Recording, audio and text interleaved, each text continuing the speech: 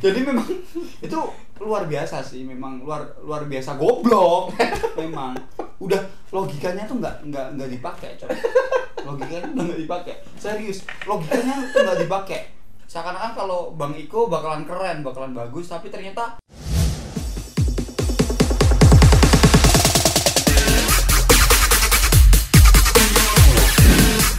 Oke, teman-teman, kembali lagi ke Cinema Guys. Edisi nonton di rumah. Jadi kita di sini akan membedah tentang film-film yang ada di Netflix, Play, Netflix, terus iFlix, dan kawan-kawannya, macam-macam video ya. dan kawan. Jadi kita akan nyoba bedah satu persatu. Nah, ini kemarin kita nonton Catch Play. Ya, Catch Play. Yang perlu digarisbawahi adalah film ini itu adalah film premium. Jadi kita harus bayar nih. Judulnya adalah Triple Threat. Oke, jadi Triple Threat ini dibintangi oleh beberapa aktor kenamaan, salah satunya dari Indonesia, yaitu Bang Iko Uwais. Dia berperan sebagai Jaka, lalu ada Tonija sebagai Payu. Payu itu orang dia orang Thailand, dia berantemnya pakai Muay Thai. Lalu ada lagi dari Tiger Chang itu sebagai Long Fei. Jadi ceritanya film ini tuh ada anak miliarder gitu kan. Dia punya uang banyak karena mendapatkan banyak duit kan. Dia berusaha untuk bisa sampai itu hilang misalnya. Ora sepanjang malam. Enggak sepanjang malam ya. Enggak. Jadi oke, kamu duluan.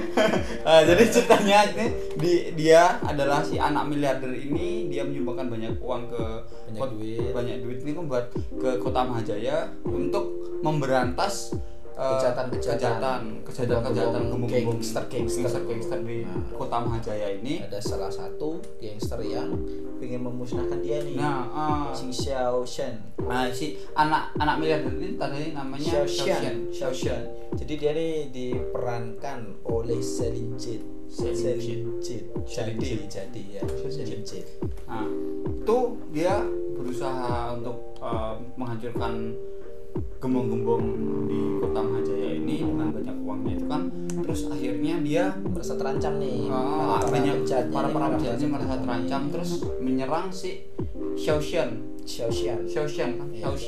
tadi dengan menyewa tentara bayaran. Nah, dengan menyewa tentara bayaran untuk membunuh si Xiao Shen ini karena dia membahayakan para penjahat-penjahat ini. Terus akhirnya mereka bertemu dengan mereka bertiga, si Payu, si Jaka dan Long Fei. Mereka bertiga berusaha membantu Xiao Shen untuk menyelamatkan diri. Jadi bagaimanakah endingnya? Nanti kita lihat. Jadi yang menarik dari film ini adalah karena si Payu ini atau si Tonija ini dia pertama dia memang ahli Muay Thai gitu. Terus dia juga pernah membintangi beberapa film yang terkenal tuh. Ada ombak tuh ada gelutnya begini. Ombak series itu ada ombak series warrior. Ombak series itu kayaknya semuanya diperankan sama si ini Tonija sih kayaknya kan. Ombak 1 ada ombak 2 itu yang memerankan si Tonija. Terus ini si Tiger Chen ini dia main di Man of Tai Chi.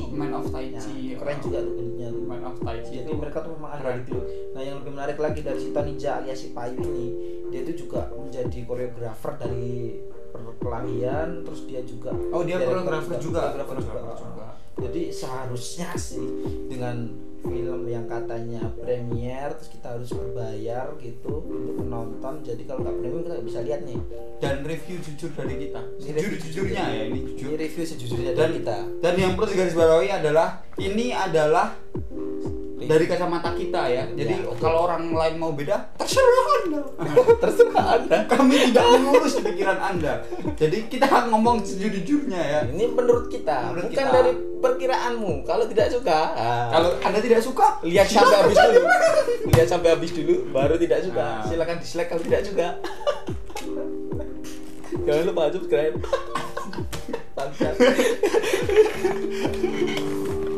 Jadi ada sesuatu yang menarik nih. Jadi sebenarnya kalau menurut rating dari IMDb itu dia dapat rating 5,5 dari 10. Jadi harusnya ini jadi film yang menarik ya. Tapi rating 5 tuh rendah loh. Ya menarik kalau si bangsat. Kalau itu film tidak diproduksi. Film ini disutradarai oleh Jesse V. Johnson. Johnson pakai H. Johnson. Sulit banget sih namanya ini. Jesse V. Johnson. Oke, Johnson. Bukan budak bayi ya. Jesse V. Johnson. Oke, kita gitu aja ya. Jesse V. Johnson ini beberapa filmnya memang kalau kita lihat di rating IMDb itu memang nggak terlalu bagus. Hampir semua filmnya nggak ada yang ratingnya bagus. Nggak ada sih satu filmnya bagus. Memang kalau dari semua filmnya pertama waktu kita lihat aduh kok disutradarai sama si ini. Jadi udah memang film dari dia tuh nggak ada yang jadi belum ada yang jadi sesuatu yang wah meledak gitu, kayaknya belum ada sih. Sepengetahuan kita. Iya. Kalau ada nanti tolong kasih tahu di tulis di komen. Kita mohon maaf ya kalau ada salah. Tapi kalau benar ya kita nggak benar. Jadi selain si Jesse V. Johnson itu selain dia sutradara dia juga ini ya koreografer juga. Salah satu dari koreografer dari martial artnya itu. Di film ini dia juga sebagai koreografernya. Itu tuh filmnya pengen dibuat kayak Expendable. Dia tuh kayak ala Expendable. Jadi mereka overpower gitu, orang-orangnya overpower gitu kan. Bahkan pas mereka kelahi dari awal sampai akhir nggak ada satu goresan sedikit pun, anjing. Ini memang anjing. Perpaduan antara Expendable perpaduan juga dengan The Raid, dengan fighting scene yang lebih banyak daripada Expendable kan banyak gun actionnya kan, tapi kalau di The Raid kan banyak fightingnya tuh. Jadi mereka tuh pertama gitu kayak perang di hutan gitu kan. Mereka masuk ke camp militer, terus tiba-tiba langsung ledakin menyerang dengan luar biasa. Itu satu camp loh cuy. Satu camp habis. Gak habis oleh tanpa orang tanpa dan mereka dari semua karakter antagonis ini mereka nggak ada satupun yang terluka, nggak ada satupun yang terluka. Itu di sana mereka atau mungkin makeup artisnya malas kali ya mungkin kan daripada jadi mereka harus continuity-nya ribet, udahlah nggak usah daripada nanti continuity kan fighting stop make up dulu kan juga ribet kan nanti continuity-nya ribet jadi nggak usah udah itu memang kayak gitu. Make up-nya gimana? Tidak perlu make up. Nanti mereka sampai akhir. Tapi ini serius ya teman-teman ya. Kalau kalian lihat sampai akhir si Tingkir-chan ini dari awal sampai akhir rambutnya akan tetap sampai kayak gini. Rapi, masih rapi. Mukanya juga halus gitu. Sumpah, itu mereka berkelahi loh, beneran berkelahi. Itu mereka berantem. Mereka tuh berantem, guling-guling, perang di hutan berhari-hari kayak gitu kan. Ini sih ala-ala film Hollywood yang mereka makan pil anti peluru. Tidak itu semacam apa ya, kalau kalian pernah lihat Rambo kayak gitu, dia memang masih mending Rambo cok. Rambo aja dia terluka di tangannya gitu masih luka, dia tidak akan luka. Luka cuman hanya bagi bagian tertentu ketika dia mati. Memang ini ya khusus untuk informasi aja buat teman-teman.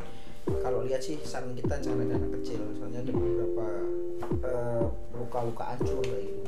Ini ratingnya kalau di Catchplay itu ada peringatan 21 tahun ke atas. Nah, 21 tahun ke atas. Jadi pastikan tidak ada anak 21 tahun ke bawah ya.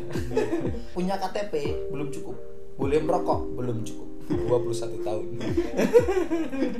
Apalagi berseragam, tidak boleh. Menurutku ya MDB itu pasti dia nge-rate tuh bukan sembarangan. Jadi 5,5 itu mungkin sebenarnya mereka mau kasih 4 atau kasih 3, tapi mereka nggak tega. Akhirnya 5,5 itu yang penting remedi aja deh. Udah KKM remedi ya gitu. Jadi mau kasih 3 mau kasih 4 gitu, kasihan ini udah filmnya nggak ada yang meledak gitu kan. Nah, ini film juga Bintang besar-besar. apa sih, dari awal sampai akhir tuh konstan terus, nggak ada naik turunnya. Kalau kita bilang nih ya, sebenarnya yang kasihan tuh Bang Iko, Tiger Chen kayak gitu. Mereka main di karakter The Raid, besar loh. Man of Tai Chi itu bisa keren. Di sini tuh dia tuh nangis gitu. Bahkan Cicik beneran dari awal banget ada adegan si Bang Iko dia nguburin ceritanya istrinya kan. Aku dari awal tuh udah curiga, ini kok seperti ini, kok diterima, kok dibungkus gitu. Gak bisa mendalami. Nah, kurang dalam. Kalau kita ngeliat film dari The Raid, dari 1, dari 2 berandal terus merantau itu luar biasa, adegan-adegan yang mendalam gitu kita bisa ngerasa rasanya. Tapi di sana tuh dia kehilangan seorang istri dan dia nggak mendapatkan feel. Jadi memang sih dari segi emosi itu mereka kurang dapat. Tapi ini yang salut dan luar biasa tuh mereka settingnya banyak yang settingnya meledak-ledakin camp itu luar biasa. Itu yang budgetnya gede banget. Kerennya di situ sih. Atau mungkin udah pakai aktor kenamaan, harganya juga pastinya juga lumayan menguras budget. Ini camp-campnya juga. Jadi sebenarnya yang paling yang perlu diperhatikan adalah bahwa kalau orang membawa aktor yang udah luar biasa ya, udah bagus, terus dia berharap bahwa film itu akan dinilai bagus, itu enggak. Dari sekian banyak film Iko, bahkan yang lebih lama-lama lagi The Raid terus yang merantau tuh yang udah lama banget tuh, ini bahkan lebih buruk loh. Ini 2019. Jadi yang kasihan tuh Bang Iko kasihan, maaf ya Bang Iko. Kita ikut prihatin dapat direktor yang trendy. Jadi memang itu luar biasa sih, memang luar biasa goblok. Memang udah logikanya tuh nggak dipakai, coy. Logikanya udah nggak dipakai, serius, logikanya nggak dipakai. Satu scene yang bikin sumpah, bikin pengen boker. Kita ngomongin kayak gini nih, video cuplikannya dikasih ya, sedikit. adegannya ya kita ngambil dikit split. Nah ini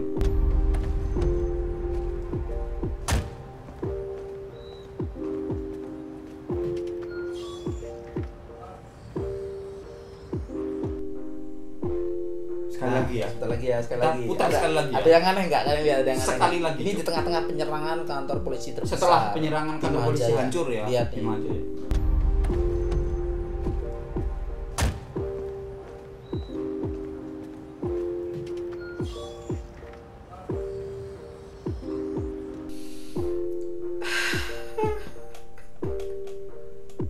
Mau ketawa aja rasanya udah susah banget.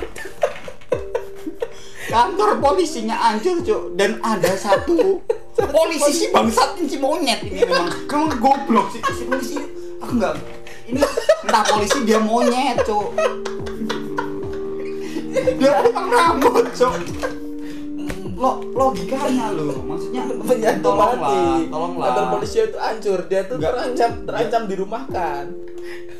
Si monyet satu ini temennya mati, dia cukur rambut. Kok bisa? Logikanya loh, Cuk. Tolonglah. Kok bisa? Kalau bikin yang pakai otak, ya pakai otak dikit. Ini sebenarnya kita bingung nih. Sebenarnya yang bermasalah itu si direkturnya atau penulis scriptwriternya. Ini kayak scriptwriter kan udah di DP nih. DP-nya, tapi DP-nya cuma 5%. Jadi dia nggak niat. Udah tahu nih pulsanya lama. Pulsanya lama. Sedikit potong rambut aja lah. Yang penting mobil polisi bisa dimaling gitu kan. Gimana caranya mobil polisi bisa dimaling ya? Sama mereka. Cukur rambut. Oke. Kita di sini tersiksa, Pak. Beneran, Pak. Kita mau bikin film review ini, kita takut di cash play, mau ngulang sekali lagi, baru mereka perang-perangan tuh udah males, Pak. Mohon maaf ini, Pak.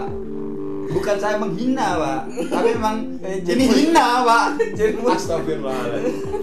Yang paling relevan, paling masuk akal ketika markasku diserang adalah potong rambut. Jadi logika seorang polisi saat markas diserang adalah potong rambut. Jadi kalau teman kalian diajar, potong rambut.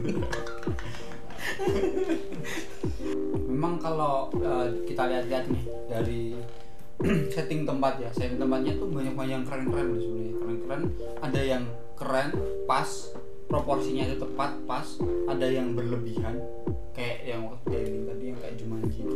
Jumanji kayak gitu memang Indiana Jones ya, kayak mereka sedang berburu mumi gitu. Nyari harta karun lewat gitu kan, dapat Fir'aun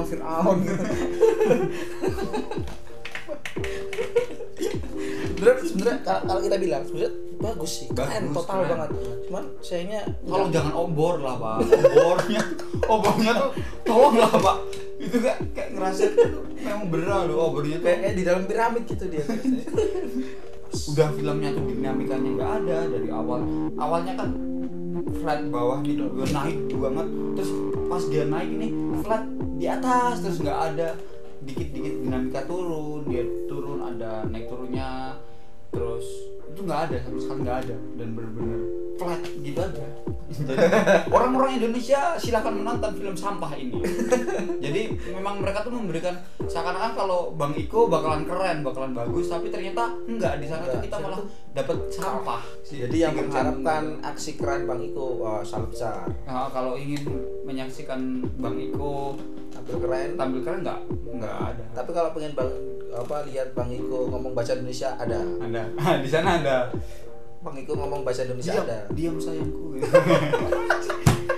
dan goblok tuh, ini sumpah ini goblok banget.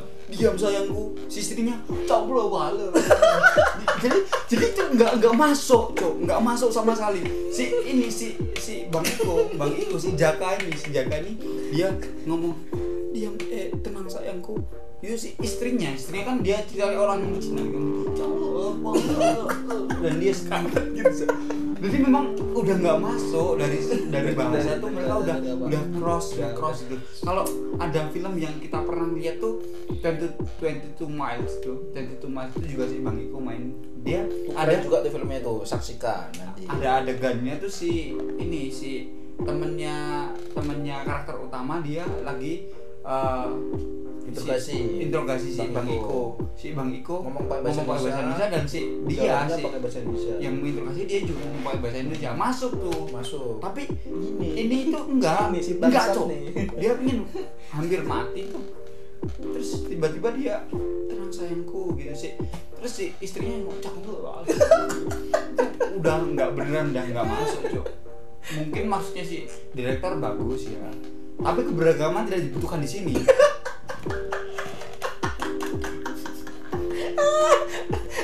Iya memang kita bineka, tapi tolong jangan jadikan film ini sampah gitu loh Pak.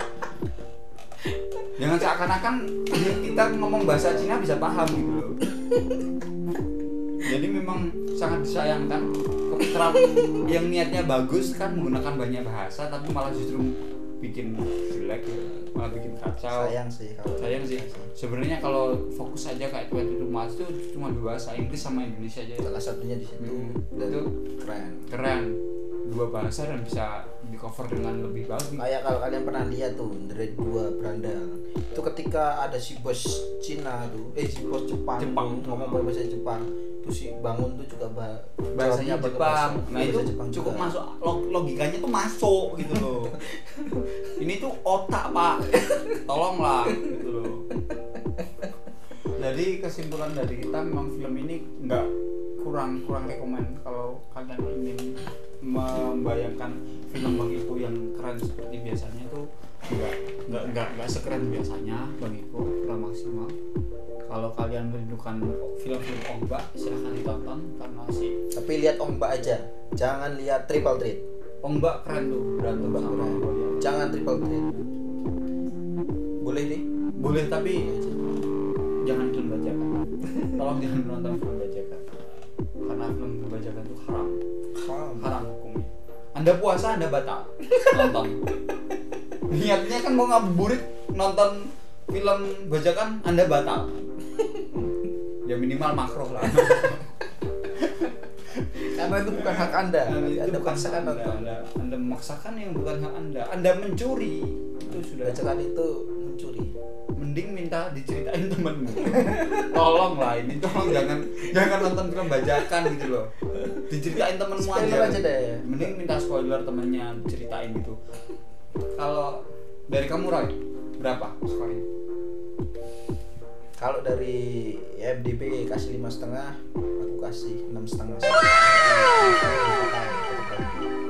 Dari aku ya, dari aku tuh 3 sih. Shawshank Anda begini. Saya suka acting Anda. Karena Anda saya berikan nilai 3. Tapi kalau enggak 2,5 karena ada bagiku. Karena ada bagiku dan Shawshank 3. Anda luar biasa. Oke. Ya, kayaknya mungkin itu aja sih kalau bacot dari kita ya. Bacot. Terus kalau di akhir kata sih kesimpulan kita dibilang jelek banget enggak sih, cuman kurang maksimal aja.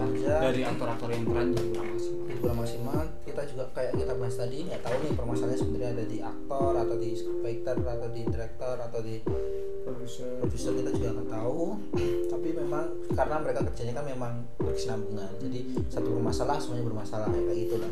Memang dibilang jelek banget enggak. Terus set-setnya juga beberapa ada yang keren, tapi ada juga yang lebay, ada yang malah justru kurang. Terus jadi tidak seimbang, dinamika yang kurang juga, jadi filmnya tuh berkesan hambar. Dia makanya cuma lurus terus udah gitu terus hambar banget sih. Kalau buat kita hambar banget ya. Bosan sih, kita makan Indomie juga tetap bosan. Mau fokus ke film juga tetap bisa, karena memang dinamikanya nggak ada sih kalau kita bilang. Terus sekian video dari kita. Semuanya jujur dari kacamata kita. Dari kacamata kita. Triple treat. Oke.